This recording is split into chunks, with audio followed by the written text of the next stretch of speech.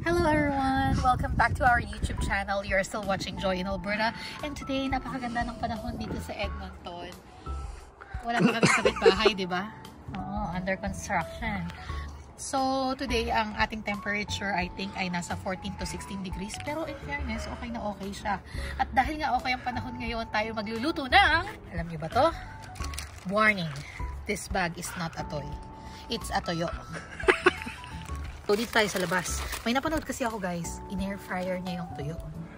Kagayahin natin. Dito kasi guys sa Canada, pag nagluto ka sa loob ng bahay, syempre close, merong mga exhaust fan, mawawala din naman yung amoy.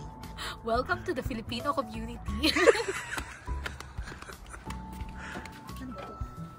First time namin tong gagawin. Huwag niyong gagayahin to sa mga bahay.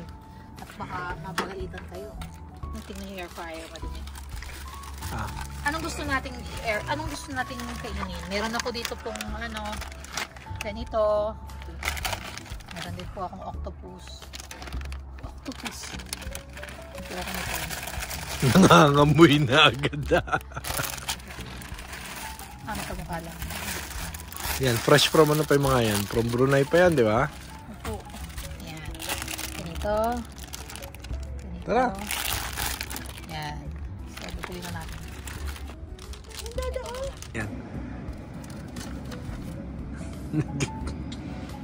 Konti lang siguro. Okay na yan. Naalala ko, may pinapanood kaming vlog. Si Castillo Inspires. O, nagluto sila ng tuyo. Pero hektarya yung lupa nila. Kami po 0 lot lang. 360.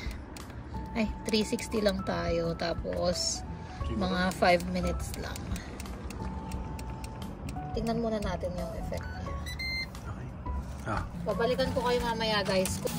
Mga kapitbahay, maging maintindihin po kayo. Nagkikrave lang po kami.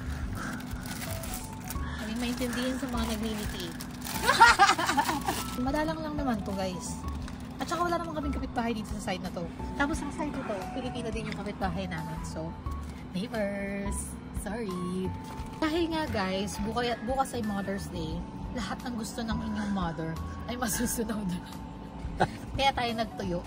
Meron ba kayong ibang suggestion? Kung nandito kayo sa Edmonton, mag-suggest naman kayo. Nakapunta na kami, parang nakadalawang ramen shop pa lang naman kami so far. Yung isa nasa downtown, hindi ko na maalala kung yung pangalan niya. Vinlog ko din yon. Tapos yung isa, vinlog din namin yon. Sa may South Common naman siya banda.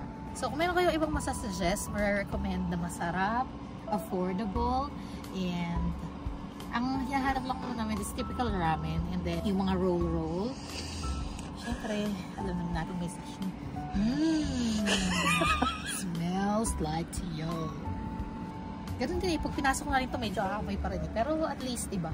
Dito ko sa inyo guys yung aming wala namang address, diba? Okay, tingnan niyo to guys. Mag-tour tayo. Nung pagdating namin dito guys, sige, tuloy mo lang.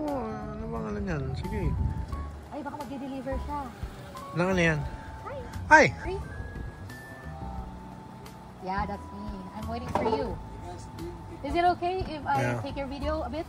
Oh, yeah, sure. Yeah, we'll just, we're waiting for you. I'm just kidding. Nag-order ako guys ng car seat. Ayun na ba yun? Of course! Wow! Yung phone ko empty, hindi ko nga alam na kayo deliver. So, dapat sa Monday pa. Ganyan ka, dito sa Canada. Yan. Ayun na, tingnan natin kung naamoy na.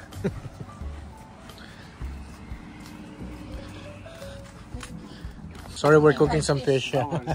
Thank you, see ya. Thank you! So, ito na siya guys. Ito nga ang nangyari. Kwento na naman tayo. Umorder ako sa Walmart. No.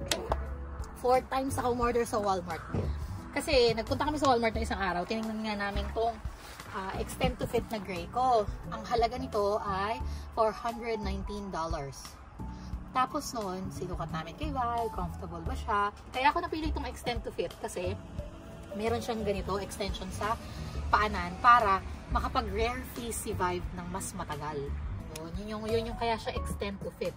So hanggang 4 years old daw, roughly around 4 years old, kaya pang mag-rear face ni Vibe. Yeah. Done! Oh. Nalipat kami ngayon sa Amazon. Bumalik ako ng Amazon at dahil yung Walmart nga, kinakancel yung order ko. Hindi ko alam kung bakit niya kinakancel. 4 times ko nang tinry i-check out. So, bumalik na lang kami ng Amazon. Tapos, hindi na lang yung pink yung kinuha ko. Kasi nga, kailangan ko na siya soon. Dumating na siya ngayon. In-order ko siya Friday. Lah, kahapon ko lang siya in-order. In-order ko siya Friday, kahapon lang yun. In-order ko siya kahapon. Dumating na siya ngayon, guys. Excited sila. So, ayan. Nandiyan na siya. Ano yung kinakwento mo, Ron? Ano? Balik na tayo doon. Ano yung sinasabi? Yung kukwentuhan ko kasi itong si Manong magde-delivery boy. Kinat yung kwento ko. So, ayan. Nung pagdating namin dito, wala pa yung mga yan. Hi. Wala pa yung mga yan. Pero ngayon, kita nyo, ang dami na. Tapos dito din sa side na to, wala pa yung mga, kung ano na yan, yung mga stand, ano to tawag doon? Yung mga poste-poste. Pero ngayon, kita nyo, yung mga poste-poste na. Mga ilang panahon pa, magkakaroon na tayo ng kapitbahay. Feeling ko talaga last matatayuan tong katabi natin eh. Nangiinis nga ako eh. Kasi, syempre, pag tinayo yun, maingay, maalikabok. Gusto ko ngayon na, kaso nga lang, ayaw niyang sumubay sa pagkatayo. Mga 4 na bahay pa to. Yeah, guys, sana nag-enjoy kayo sa video namin. So far, hindi naman maamoy. Okay naman, okay naman. Kita-kita tayo sa susunod na vlog. Bye!